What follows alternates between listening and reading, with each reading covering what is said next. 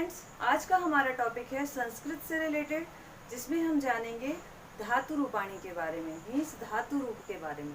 ठीक है, तो देखिए यहाँ पर सबसे मेन होता है जिसके बारे में हम बात कर रहे हैं वो चीज़ क्या है ना। तो यहाँ पर धातु क्या है? धातु है क्रिया के मूल रूप को हम क्या कहते हैं? धातु की कहते हैं। मीन्स जैसे आपकी इंग्लिश में वर्ब होती है ना, वैसे तो धातु हम किसे कहते हैं? संस्कृत में क्रिया के मूल रूप को हम कहते हैं जिसमें किसी कार्य के करने का या होने का बोध होता है। मीन्स जो आप हिंदी में कहते हैं ना क्रिया, वही क्या कहलाती है इंग्लिश में, संस्कृत में धातु कहलाती है। क्लियर? यहाँ पर धातु के प्रकार हैं, मीन्स क्रिया के प्रकार कितने होते हैं? दो भागों में डिवाइड किया गया है इसे। पहला है परस्मय पद और दूसरा है आत्मनेय पद। अब परस्मय पद का मतलब क्या होता है? इसको दो भागों में क्यों डिवाइड किया गया? देखिए, जब कोई कर्ता कार्य करता है तो उसका फल किसी अन्य को मिलता है, तो वो धातु किसमें जाती है? मीन्स वो क्रिया कौन सी कहलाती है? परस्मय पदी कहलाती है। समझ में आया? जब कर्ता कोई कार्य करता है या कोई इंसान, कर्ता को समझिए, कोई इंसान जब काम करता है या कोई भी थिंग जो भी कार्य कर रहा है, तो वहाँ पर किसी अन्य को उसका फल मिलता है, उसका रिजल्ट किसको मिल रहा है? किसी दूसरे को, तो वो किस में जाएगी? परस्मय पद में। क्लियर? जैसे यहाँ पे एग्जांपल देखिए, वद। वद मीन्स होता है बोलना। लाइक मी, मैं आपसे बोल रही हूँ तो उसका फल किसको मिल रहा है? आप सुन रहे हैं, आपको मिल रहा है। ठीक है, यहाँ पर है पद।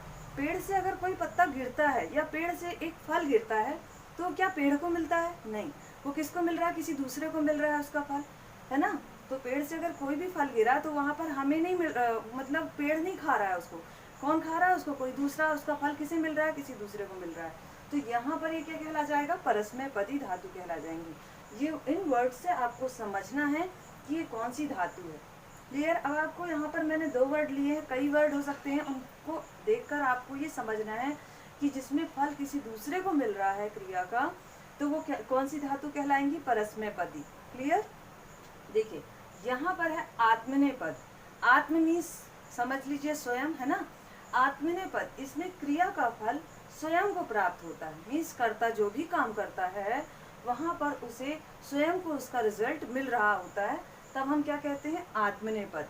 लाइक इसके एग्जाम्पल देखिए, लव। लव मीन्स होता है पाना, है ना। आपने कोई काम किया और आपको किसी ने क्या दिया? गिफ्ट दिया, तो आप उसको क्या कर रहे हैं? पा रहे हैं, स्वयं पा रहे हैं, है ना। या आपको कोई प्रसिद्धि मिल रही है तो वो आपके अंदर खुद में क्या हो रहा है? आपको अच्छी वाली फीलिंग आ रही है, तो वो आपको स्वयं को मिल रही है।